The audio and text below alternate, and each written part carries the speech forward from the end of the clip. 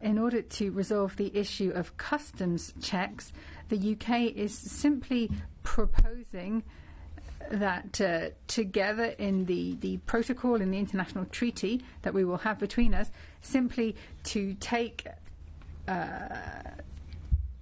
measures so that we avoid any kind of physical infrastructure or checks on the border between Ireland and Northern Ireland.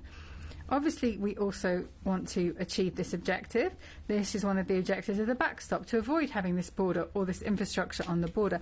But what we're being asked for in reality is to accept a system that hasn't been properly developed, that hasn't been tested. There'll be controls spread out across Ireland, and it will largely be based on exemptions and derogations, on technology that has yet to be developed, changes to international law through the Common Transit Convention, and a new compliance system, but with none of the guarantees that should be set out in this protocol. In Northern Ireland, as in any other area, we need operational, real controls, credible controls. We're talking about the credibility of the single market here. We are looking at a more important role for the Northern Irish institutions to ensure that the Good Friday Belfast Agreement is respected. Unfortunately, the British proposal, as it stands,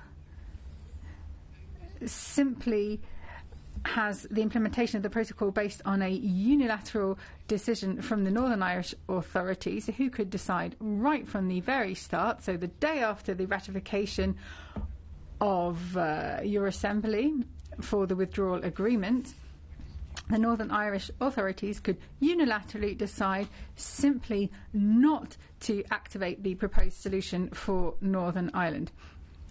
Even if it were to be implemented, every 4 years they could call this into question.